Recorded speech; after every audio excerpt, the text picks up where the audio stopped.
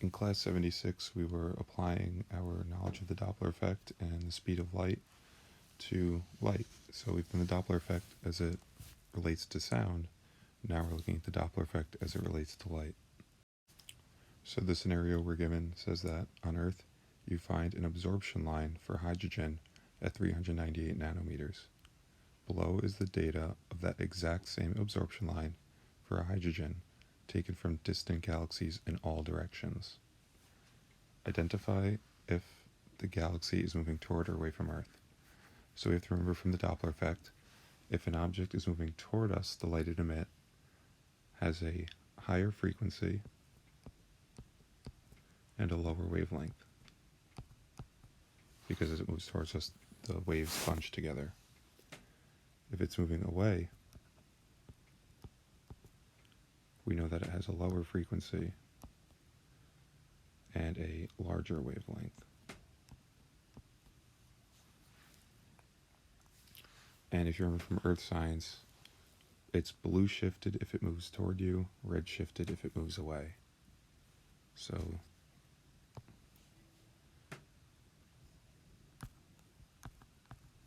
blue. And this one down here would be red when it's moving away. The reason we call it that is because blue shifted, as the frequency gets higher, it moves towards the bluer or more violet colored light.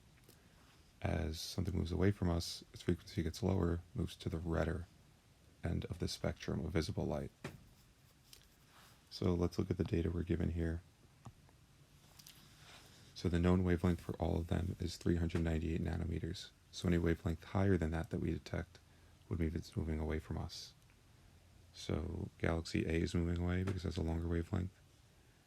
Galaxy B is moving toward us. Galaxy C, there's no change. Galaxy D is moving away. Galaxy E is moving away. Galaxy F is moving away.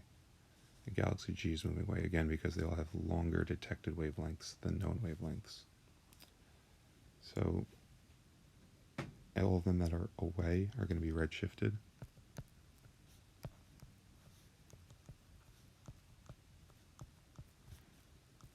And the one that is toward is blue shifted. So this evidence supports the idea that the universe is expanding because everything is moving away. So we're going to argue 4, because everything moving away. So whenever you see the largest change in wavelength, that means it's going the fastest. So galaxy E has the most speed because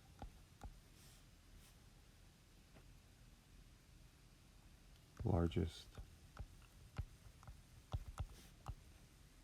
change in wavelength. Let me fix that. Delta lambda. Then C has the least speed because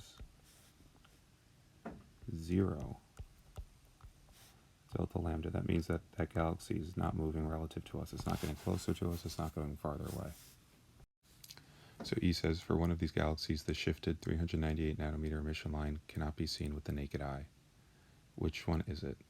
You must prove your answer using math. Now, if you can't see it with the naked eye, that means it's outside of the visible spectrum. We spoke about how to kind of go about this one, but what it comes out to be is the 378 nanometer emission line. Now, we'll see why right now. So just to convert it to meters,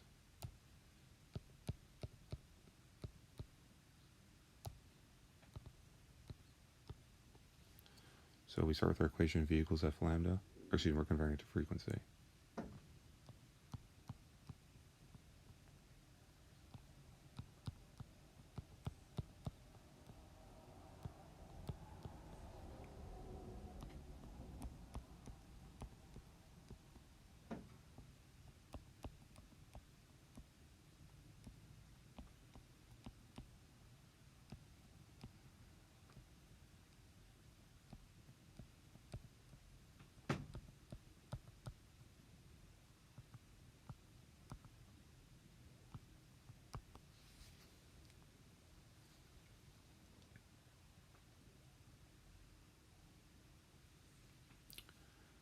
So this frequency comes out to be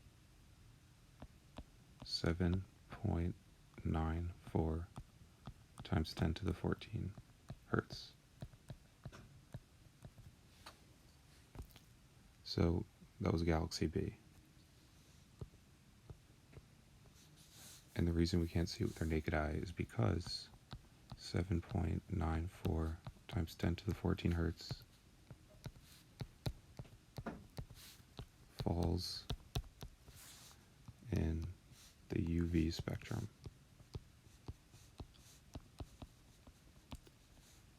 If you use this method for any of the other wavelengths of light up there, you'll see that they all fall into the visible spectrum. On the back page, we were just using some of the concepts behind the speed of light. So if the Milky Way is 105,000 light years across, how long does it take light from one side of the Milky Way to reach the other? That would take light 105,000 years.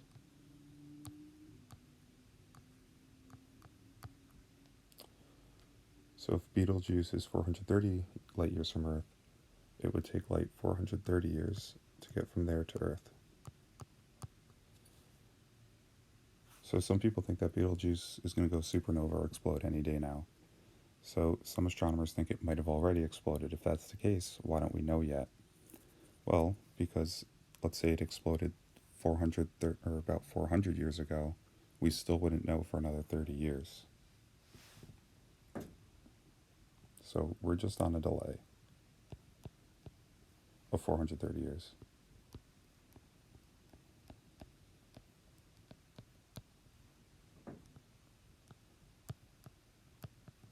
So it's like when you're watching a sporting event on TV, you're on like a 7-second delay. Something already has happened, you just don't know yet for 7 seconds. So if Betelgeuse went supernova today, would we ever see it? Why or why not? No, we wouldn't.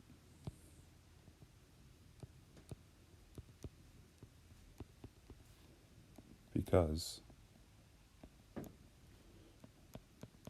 it'll take 430 years for us to know.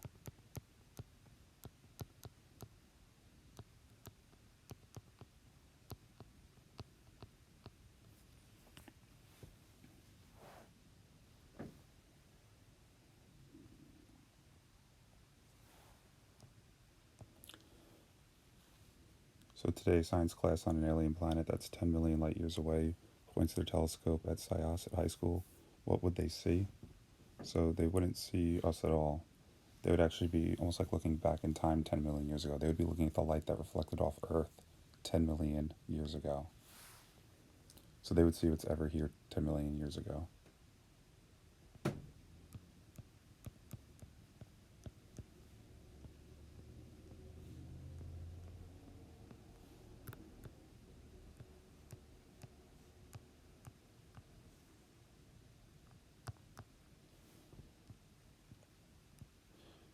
And it works the same way. If we pointed our telescopes at them, we would see what their planet looked like 10 million years ago. Because it takes that light 10 million years to make its way across the universe. And last, let's say Neil Armstrong placed a mirror on the moon that faces right back at us. You were given a stopwatch and a really strong laser pointer. Describe how you could figure out the distance to the moon. Be as specific as you can. So step 1, shine laser at mirror.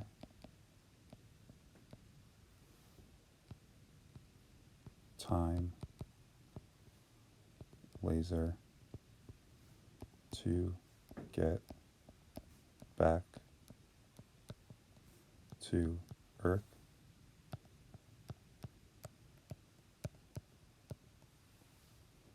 Then you have to take that time and divide by 2, because that's the distance to go to the moon and back.